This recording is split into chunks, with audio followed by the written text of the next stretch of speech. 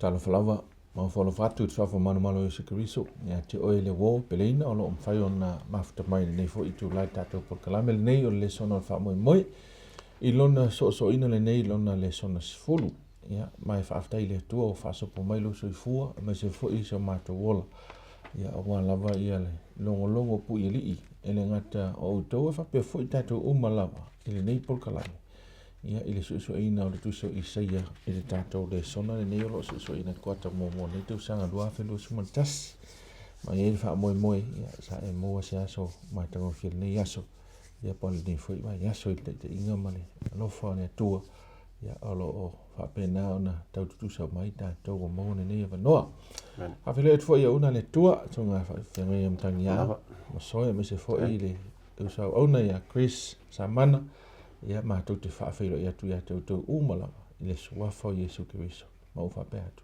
te lia ma fi tu umala o e o mafta mai nei por kalama ola fa tatu talo ia ona tatu walo lole tatu su e le sona fa afta ile tu ile a fionga pa ia ele o makula vale tu le a o ino i matou ma fa manatu ia i matou e ala i tala ese ia e fa to lava nei foi taimi o lo matou su ele le talantu sia i sai e fa tau ia te oile mesia amen talu ia mafta mai lo nganga se wala fa to e ngate le matou fa soa e fa pena fo ile tua ile poe mai male mai mo mai fa fonga au tangata ia la tua o ina fa tasi mai matou lo fina ngalo ma matou muli ia te oe ke riso fa lo lava fina ngalo ia mo lo vi ingo matou ole tuai amen ole tatou le sona sfulu nei fa utuina ole faia le por fatinoino se meli ma fa wina mo stas ia pe fai fo ona fa sa moi fo lava oe la utu il fa pretania doing the unthinkable ia lau songa Chris ia te lo penta tu te noa ole upun nei ole unthinkable ia te leo no winga ile fa sa mo fonta tu va ai ia ai o pese i ole mele tu fa i se vali na mai i le vaenga le ia o me fo ia o se me winga ese o fatino ina stangata ia mo se lava la so manga fatinonga ele au na le ta ole tato tu fai tau ia o le isa ia lima suma le lua ma lima suma ton e fata tau i le fio mai o le masia ia sa no ia le va o tato le son ia o le mata upu nei e ho i te tonu e ho le sinei vai nga o afo o fesili e afo e tulai mai i mafo fau tato pa on tato mafo fau tato van no fo male tua ma ia ma o isi e me le ale no fa pitole me ngai le tua lan fe au i lana e kalisia e ala iona perfecta ona langa o inala e fa ilo mai le tua ia le upu moni e fa tawa nga il fina ngalo le tua mal tulanga bo i el tengata e tengata soifua so isi la nei fisili e fo e totu ngai mafo fau tengata wa o le fo e tatelo la nga il ti apolo e to nga o nga e fo e fa fe me ya il tengata o fisili fo la e pe fisili fa pe vo ai se ana le no fai tato le tua ma fatanga le tua le nga sala e o ya tato ia o isi ya o nga po tulanga e fa singo nga le fo vale ti apolo le o le o nga le e fa tawa nga il te o ti apolo il fin nga lo le tua malona manatu e le mana miele tua e fa ya ele angelu ia na fai le tua e pe na fai le tua tengata ia ona fa ngala valo na ia mafo fau ua vatu ele tua ia te ia fa fesenga ia le leima le leanga le mana mi fo le tua tau fa ton tato ina tu langa ia ona feeling e vado feeling e mata me fai le tua ona fa ola tato mai lang sala awa le la e mal tu langa le va pe io ti apollo na pa u mai langi na fo vale le fin ngalo le tua tuli ese mal lang ia ala e ola lan ba fo nga so o ko nga fsidi o le ye o lo ye tonu ia le la mai tato le son il version nei ia le ala nga manatu le fa pe o le mea e le mwhai ona o iai se mawhau o se tasi o se mea mwhai na whai. Ia no, tau lea tau whawhai ngofia mo lo o ama malama uwha pia. O le mea le mwhai e se tasi o na whai. O le e aunga lai i le manatu lea. A ngai i le atua malo na sisi e se i le ai o se mea le mwhai e le atua na whai. A wai o tātou i loa mai le tusipa i alama la tau ia. Po le alama o tātou tāofi mo tātou manatu mo tātou whamatalanga e whai whaataua ngā i le fionga le atua ma le whaasoa mai ngai le atua ia tātou le upu moni. E le ai se mea tasi e le mawhai e le atua o na whai. O mea uma fo ina na whai o le atua to tasi na whai. So a o la na tau mai a tātou ma le tūlanga mā leia leo i tātou. E le whainga tai le atua no na whaaraina o i tātou. O le vaenga nao le la tātou su e le vaeso ni. Ina ia a tili na whaatūlanga manino le lei i o tātou mawhauwhau. O noa ma le atua. E le aiso tātou wha moe moe. Mo se wha o na tanga. Le la le ina au tū tātou mau le whai upu le whai mai i. Ua manua o ia. Ona o a tātou solitu la whono. Ua mo momo o ia. Ona o a tātou a mio leanga. O le awa inga e file muai tātou.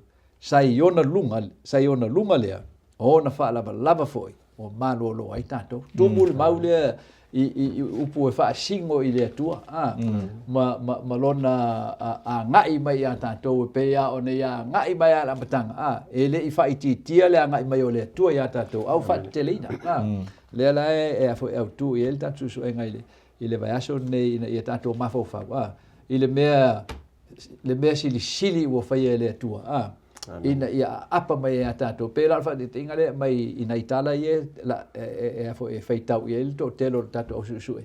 I le amatanga o le tātou le sona. E wha tau lai le anganga leo le atua o le anganga o le fuai. O le anganga o le fuai mai. O le atua ma le wha vai o le amio o le atua o le fuai. Aisea. I le matima le atua se metasi. Ia, o nai manatu na e o tonu e fsoswani. Ina ia mawhai o na tau wha masenga ili tātou wha soa atu le anga i atu luma mo. Nei vai asu? Mahalo whaaftai. Nei la tātou wawa ai i le wha solonga o manatu ia mai le tuso i seia. Jamata mai le seia lea e lima se fulu. Po le seia wha sumariwa fo i nei maurisi i se o manga. Ia seia o lava in tātou wha awaia ia le manatu au tū lea. Le ase mea winga ese pēne tau whai fo i wha soa mai. Ma se mea li mawhau wina. Ia, na whai e le atua. Mai. O le vang mua la le e wha soa mai. Le ta upe wha sumariwa ma le lima se fulu. Wha upe e whae o le se fulu. I le tofoina le o le upu moni le e tau whai ia i sa ia e whafola mai ma wha soa mai. Le ale tofonga le no ona le tu. Amene, ok, lo le. O le fufuanga mo le whaotanga o le tangata mai leanga sala e le atua. Ia e whasin tonu ape au tu tonu ia Yesu. I le maliu o Yesu. I le preparation la magaulia o le fio mai Yesu, he was fully human. I whakamunga le mele. Ka prepare Yesu e le akua mo le ka inga ku inga ia whakamunga le mele. O le mafuanga kongoa ngā lainga. O le kei me whakamunga ai. E le i mafofo winga ka ngaka o le awala le whaakulanga le tua. E kau ngupu. I longa maliu. Ia, o i la le mtaupu le lima sulu pe folinga mai le whakakia mai ngā le preparation a le tua. Mo Yesu la vaia. I longa tūlanga i le tū tangata. Ai tangtanga ingi whai pe wha. Mtaupu na lima sulu. Vai mai wafo ina mai i ante au ele li o Yehova le laulau whaiba wa o ina ia o loa o na wha mawhana whana i se upu le ua tinga ina na te whangua au i lea tae au ma lea tae au na te whangua u talinga ina ia o whalonglongo e pei o e wa hao o ina o lora binga o le mea moni aia ele ia onga Yesu si whale aonga ele ia onga si whale aonga ai o le awala lea sa hao o inga Yesu fina ngalo le tua ma soka i mai le tua i lon fina ngalo ina ia whataunu ina ia ia i loa ipo le ale upu e kama even though e ui lava o ia e lo whakulanga i le tua e whakaungu inga fina ngalo le tua but sa whalango lango lava i le tua e o lava I upu e whaasoa ko I tangata. Sa whalangolango, whamai o langa masangi o le kai au, o I le awala mai kei me meditate I le atua. O mso kai me le atua, inga I whailoa I ate ia, me tau ona whai I laso. E le nganta, o le preparation o ia mai tūlanga me kau I le awa onga. E le iarus whale aonga, le iarus isi a mea. Ai, o le awala le sa awa o ina I le atua. Mai lola I le lisi whamtalanga naina, I le whai upu na e ono, se ia o le whai upu e walu. O loo whamantala mai loa tūlanga o le mea o le la. Le la ho ia ia, o pupu ngā ia. O me le la tupu ia te ia. Ai, e whawhikai le kua o ia whakulanga whapea. Wa me mong ia ia. Anga le lava le mawhitanga Yesu, malona tama. E pretty sure I longa I kū kangaka. Anga le makua I fully commit ia I le atua. E ui lava o ia o Yesu, o ia o le whaola. E ke le alea bangoe mwhai ei o mwhao sosoia. Langa, he was fully human. E li whao ngā inga longa I kua. Ai o le mafuanga le ai fai tau le fai mai o le kaimi ankoa o lea kai au. E instead o se lako leo kai au whakasi mana uso. Ai fai mai whaamitalanga le kuspaia. E aluanga o ia so ka inga o ia I le atua. Ia o le kaimi la inga uho o mai puapua ngā ia lea ngā whakulanga e whakaunguinga I lof suia inga lea. O le mai o la ngā mea kongo e kau e mikungi ngai kako. Ai kau ave ia kako wanga sala. Ia o ringa wo o mai mena whaamitalanga mai nai whai upe e ono sasa I o whepo ma me whapena. Ia vai mai le whaupunga nai nā vai mai o le mea lea ua o whai ai o manta ia pei o le papa ala. Ua o I loa foi e le whaamai nā. Ia o loro winga o le mafuanga linga o whape ngā langa vai. Tau whawhia ngai ma meo sa wanga. Ia o kua inga. Ia o ulanga ma kau e munga. Ia e o lava mai fianu ma le po ma le tui ma tulanga uma lava pena e le a vea o se mea mamafa ia te ia ai se a langa lenga lava ia le o inga o ia lava le mafitanga mai malon tama I le faiupu la se fulu le faiupu na iwa ma le faiupu se fulu faiupu iwa o lo fa makala mai ai o le mafua anga ngā lai o ngā whapena le anga sa laka sa kuku whakasi ma le tua faiupu ngai valu sa lata mai le tua ia te ia I le faiupu iwa fai mais a wasa soani mai le tua ia teia. Ia I le fai upula se fulu. Ia olo ia I le wala aunga. Mo ila tau malama o le akali kongu makau I le fe aunga sau ia le au auna le tua e whaasoa mai. Ia o le mea lava le kase kau onga. Onga o ia lona winga I sisi whaupunga. I fai upa sumantasi na I whaamantala mai ia I le tūlanga. So skangaka lava ngaki whaalango lango. E si alanga ia afi. Masavali malama o langa ia afi. Instead, o le whakulanganga, leo whakulanga mai e le tua, e ala ia Yesu, o le pete nea lava lea ka muka kusa vali ei. O le soskanga ka keri siango a ia, a whai e ki fio o I le ola. Ma le mamalu sisili, le ka umale whai upe sumal kolu, le ka upe kole lima sumal lua. A fio o le mamalu nga, e mo mua nga e uia, pupo nga. A manga e satisfy oi, e ka kawa nga sacrifice mo mua. Ia tūlanga o me whapena. Lela ia whaamitalanga lea whai mai o lako malama lang whaalongolongo. I le au le au lea, e kaunga makakau. Ai ia la se singa ki si a ia langa iafi, masa vali malama langa iafi. Whai mai lo le vaenga muli whai upu. Whai mai e o ia te o tau le nei mea, ai lou lima, tau te ta o oto I le tinga. Longinga e le kalia le tua, whasalainga le tua. E awa o umang whakulanga mai le tua, ia le tūlanga o le auala e ka kau o ngā savali e le mesia whakamuinga o le kako whalukanga ia masavali e tangata umalama o e wholo tūlanga au o le kako o le au na le tua ia peo lau lea whapopo te whatau le vaenga le e le se me whengo while me mau ona a me se ala le ata le mai I vale mai I seia o le au na lea e pe whoringa mai kua inusia e tanga inusia e le se ngalwenga e le se me whengo while e le manatu ala na e tu so fe aule e ngai mai le tua ia tatou ele se me fai ngo fiera ve matangata mon ona la wanga sa Ioi, ole aunga na ole au tule pe ole toftofoina le o tusa o tangata le e fasingo ele toftofonga le ole atua. E wal fisiringa le i tonu ole aonga le e mafai ele atua ona vea matangata mona inu ile fainga ta ole malai ole angasala ole o nofo polonga ile tangata talu na pa mai le angasala ole fisili matu yalna o le tali le tua e ma fai fa afi pe fa mai na nga upu fo le fa ngofi e ma fai fa afi ai ole nga lu nga fai la na le tua le e fo e tala mai le tua mai ya ta to mai ya le abatanga ya atamu se yo o mal temil nei le la le na mai wa o Isaia mal au per patiraka mai ya le abatanga se to mai Isaia e o mai la ya ta to ile so o lo tu ai tonu Yesu le vala o tato uma o lo amai le tu fe au nai na ia o tato mai ai mama fai ai on tato fa tino lale le tali le tu o le tali le tu le fisidi le o le si le tu inga pe na amata mai la matanga ile tau le langi por mem e mafai e le tu na fai ia tulanga ia ole anga sala le wofi mai ole talia ia le mana ole tu fa mni na tu fam fai fa ai ole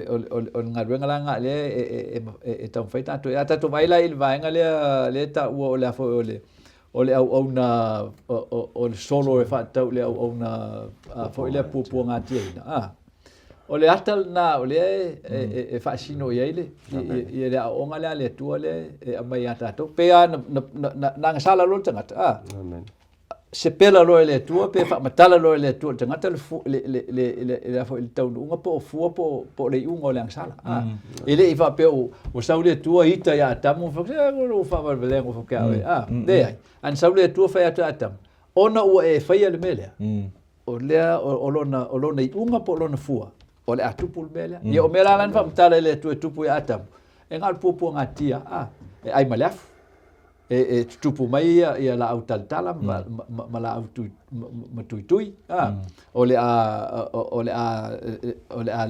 a to fo ye tengata le fo lo ngol a otil tengata wa ole upuale le tu maptang ole so te ye te otia so o evan na tau ye ole a pule lau tane ya te oe la e fa nau tama maltinga so o inana mata mai ona fa matala malie le tua le tangata le fu o le sala ile o langa tangata e pu ngala tangata ole au ona la le e fa sino ye ile le atale ole au nga e ngata ai au ona ole ona la le ta o tanto ole liu tin tangata ole tu mena lenta o tele le swa fai taula pe tanto tel no fa tau ya Yesu ke viso o Yesu ke viso ole ngol na fa ngoi le tu o liu tin tangata langa ole tu la le sa o tali fisili o fisili te fai na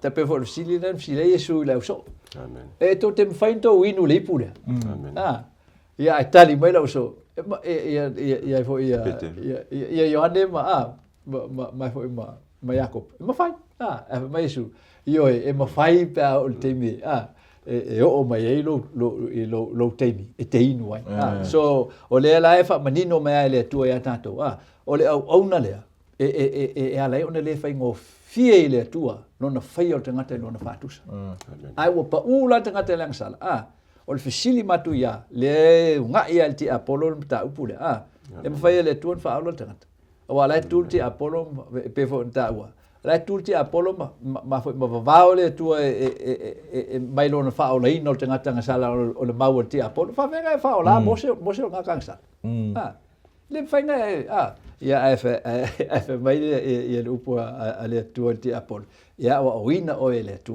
longo winga tele la o inga le tu la o ai mai tanto li tai ya o ye o tanto ma fo fa e fa te tau I me ma fai le tu ma wala la sa unia le tu mo fa tang ata titiro ile ila fo ile Isaia le limas fulu male tolu Amen. Nai fa solo mai ia vaenga nai e amatai upu ia. Oi e o tel tonu la mato upu e tau long atu. O fa lia ia te aile a ao o Iova. O mau tu nai e lepe to e lafo mai e le tu le fesili ia il tangata. Lafo mai le tu. Oi e tel tonu le upu o au mai e le tu e ala ia perfect. Langa lese me fa e le tu se vanga o mo fa ali perfect. So o fisila mo tatou po o tatou o faali ia ile a o yo ia ata tilo la ile fa mtalanga na ba I pe on tau mai tatou le sona le e tele a mau mena fa mtala mai ia la fo ile talia le tua talia le tua le ta te role na mai ai su no o liu tin tangata le tua o le no fo le tua ilo tu langa fa atua o saule tua ile mawalalo pe ona mai tu so le Filipi le tatou te masani o fa mau lalo o ia ia te ia ma ve ai o ia matangata ina ia mafai ona tongi ola tatou ia tatou angsala I lona mali ne la fe mai na tupu ai o ia pe o se tupu I ona luma e pe o le pongai le nu na mati e le au le lei pe la le lei o ia a tatou va ai ia te ia ele ai so na matango fie ina ia tatou man na o ia te ia so le o e lua vaenga ia e tau mai ele tua ia tatou o le vaenga mo o le vaia le atua I lonalo le o liu tiu tangata e tu tusa le leile vaia le atua I lonalo le o liu tiu tangata ma le vaia le atua I tangata uanga sala o le me inosia e ino e le se me au le lei o le vaia le atua le vai mai ai e matua so e o ni fa mama ina tatou le liu tiu tangata o le atua le na le fa le atua me ina ia mafa ia tatou le matau tia o le sala le na le liu tin tangata le tua ma fa ali mai le tua tatou le bata tia o lang sala ai le temi atasi lo fa ali mai le tua le matua mausa ni o lo na mi ton e le malu la mi ton le tua fetalai le tua o tongi o lang sala o loti o le unga na o ai e tangata e afo e ono wang sala le la wo li liu le tua le ia le malai na ia te ia lava ia I lona alo le o ta o Yesu Keriso le o liu tin tangata ina ia awa o mai tatou I le tūlanga le tatou e wa tūlanga sa wale e tatou I nei laulangi pe fo na Yesu fa le Yesu le na fa ba Yesu en faina e no le pu e te inu te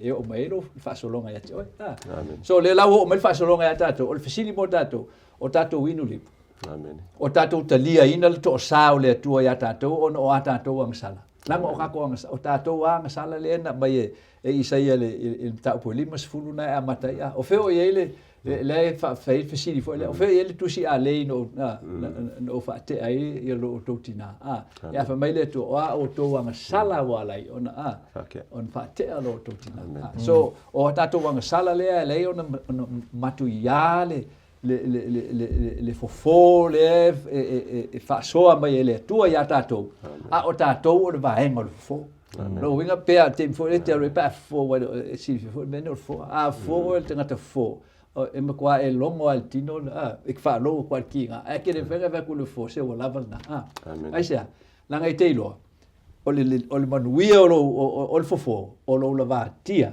ma e on sai I tinga fo e nei wa le e pena foi la tale mai le tu ia tatou o fo la le o mai o liu tin tanga te o le tu o tu sai tatou ai le ia sala le tua la ne le fai la sala fa tu la le tua o le mau lunga na le ata le mai le tua tatou le le tau o le au ona o pu ngati ina le ala le tau tatou lo e tau on tatou on sa ia le pu nga o lo tatou ui ai po pu nga po o lo o ata widinga I fa o so nga o ia ti o ia po lo te e o fa o so nga e fa tau nga I lo vano no fo lo so atangata wa na te le fa o so nga u mai amen il tūlanga na ia male tu ino tatou I te lo temi I ngā ruenga e whai e fa tau nga I tatou apa tu o tatou so tangata ma wala e tau whai e la vea I mai ele tangata mai langa sala ia ma tatou wale te metasi wale si so tatou whain sa mai ia nai vaenga nai tau so o tu tatou vaenga leo na pu o tatou e whaftai ia o te ilo o lavanam whai fu tatou whaso o te te tatou minute toi ai sa no ia lau sunga tangi ai le tūlanga o le isa I limas matolu whai po tolu o le iwa ia o tatou ia ua wala iona po ngal mesia Amen. Ole me mongia ia e pe ole pelunga e iwa foi pelu sulua. Mai ale se fa mlingi ngal koko ile se fa mangalonga. Ole me mongia ia e finkang fa mali tu la fono le tu ngo soli el kangaka. Ma wanga sala el kangaka. Ole kokongia ia ole oki. Ke onka ole ro manga yo foi pelu sukolo.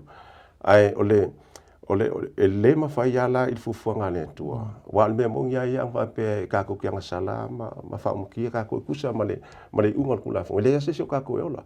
Ole me mongia ile se ka ko ola pe kai.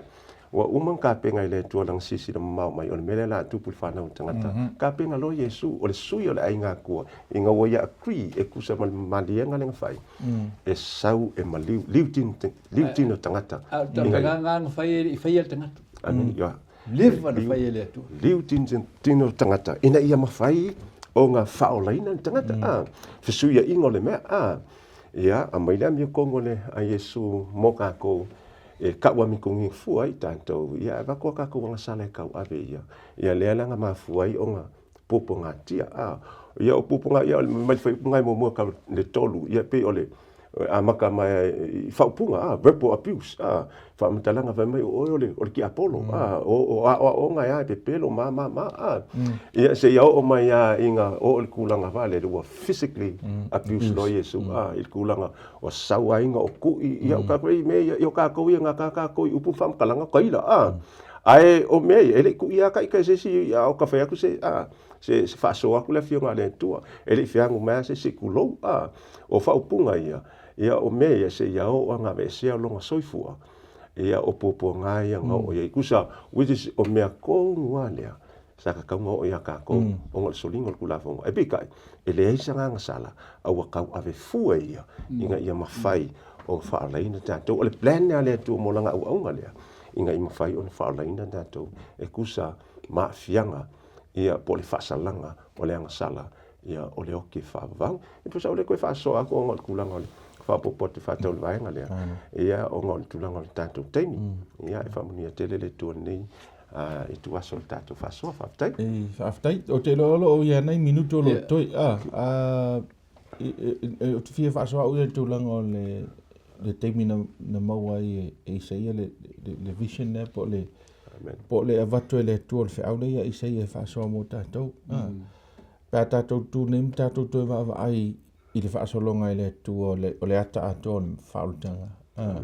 Tā tūt whaftaia i seia i le e peifoninga mai i e o ailona soifua. E o ailona soifua na tino mai ai le au auna lea. Le fo i whaata mai i le soifua le masia. I le tūlanga o le pōpua ngā tia. Tūlanga o le abuse foi. Whea ngai mai ia. I le tau mawhai au mai le whea au lea. Awa me moia ele o se fe au fe ngo fi wa le mena le ni il fsili le i fsili mo o i se tel tonu la mato upo tau long atu awa fo ele ku kupu mo la ia me ele kupu la ia me kala ngo i se o ni o se me winga e se le me ole sau ole tupu o sau ole tupu ai sau fe mau au ia ai au fo ia ile au ma kwa fasia kwa la ila ia si vangia o upu kula kamai se yo oi noti oi se me fai nga ko nga ai tak faftai tu langa na au mai i sai ma vali mai i sai la ta le wa ina o ina o tino mai ma ta no ni sofo ile soifo Yesu le la utato marmla mani no le wingo upulo loto ne ona fionga ale tua vale fato no unga ya o le fisili na ma o le luina mo tato ta o te le vanga na li lupe wa mena le lenta fo ia yopu ma ya mai fo ma tavita o Daniel ia le foi la e wa o mena le fascino upo ia Peteru le mai le mo Peteru ta po lu fa le fa mai fa tau ia Yesu ma tato o wana val o wina o to ono le lava mea a wana tinga ina ke riso lava o le sui o to o tu ina mai ai e ia le fa wa o mo o to ina ia o to muli atu i ona tu langa au fa mai lo le o le na le anga sala lava na le lo fo i se pepelo i lona fonga o le sa anga teleina ai le ito anga tele atu na fa tinga ina o ia ai le fa mata watu a o tua ina atu o ia e ia i le whamasino tonu, a o tu ina atu o ia e ia i le na te whamasino tonu. So winga ia pe unta ua e lau sunga a whai le mtangia. Ano tātou le na whai e me ia le whai a Yesu, e fusu kako. I mean, in reality, e o e tātou i le so, a sau nei altanga te tonu i whai atu se tūlanga e te oe ma pesau, kola oe ma se me waitai e ke rua fusu. Ioi, I mean, a o Yesu fa me ai. Mo fiwa e kola ma whiangu i ai e pea le ma moe na te itai le me fasi ai e le ai masinga leo. Amen. Mai mauna loko ni te lima fa ko lusu matasi. Lea e fa mai o ia sale i lo sang sala. Fai mang sala mo tātou tofu le lofa leo le tua. Mai o le me fwoi lana i tāua i tātou whaasoa lea. Ona o soifonga le tonu soifua i tātou. Pea na tau whai illustrate mai. Tu te sa me mane nana mai e mo tātou whatau ia isai. O le mea monia ia. A tātou le whata i tai e peon whata i sei ia Yesu. E le mwhai tātou whamtala altala. E le mwhai. O le mena le tau tuturi atu. And doing the unthinkable services. No fo mo ai uia i le tala whaasolo pito whakeusi ano. O tangata pito i siri na leo te tele o le lātou tala. O i lātou na whaatinoina. Na whaatinoina leo soifuanga lea. I think e leo tele atu nā lo tātou whaasoa whapea. Yes. It's when we live it. We actually live it. Live through the suffering of the Messiah. Amen. Ole mana ele vai ver lá ai au mai no poponga ole fiki ra ka foi le lo tu spa ya Amen. Ia fa manu ele tu ai la fa fonga me se foi ia o la feeling te muli tu langa au le Mesia. Amen. Ia veita to ia malaunga I winga o upu matala tato te launga tuai ia le Mesia malan fautanga na vai tato talo Whaaftai rea tua I whaasoa nei ai au ma le fo I tu la. O mātou sauni le I e wha. Ma vai atu fo I ma wha uma ia ma tā upu tā ua nei o tuso I seia. O nisi o ma tā upu o lo o toa I ai le I le moni, le loloto, le lau tele, ma le mauolunga o le lofa o lau fio mo le lalolangi a sana. Ina ue au mai lava lo wala pele to tas e fati ngā ina pua ngā tia ma whasio tia ono I mātou tangata sala au mātou whai ina nei le sona mātou whai u mal mātou whai beatu le tua whaaftai te le lava whaaftai te le lava I lo tanga I malam mau I le mana onga o I mātou tangata sala tau ina ia vea upu o whaaso ina nei tu lai se te pupu O poe ola I o lātou whingalo mo mātou whamoemoe. Ia mātou wola e tusa o nau lava wala au e pei o na soifua o na Mesia. E soifua I le langa loto maunalo. Amen. Ia vi ia ilo suafa o no Yesu. Amen. Amen.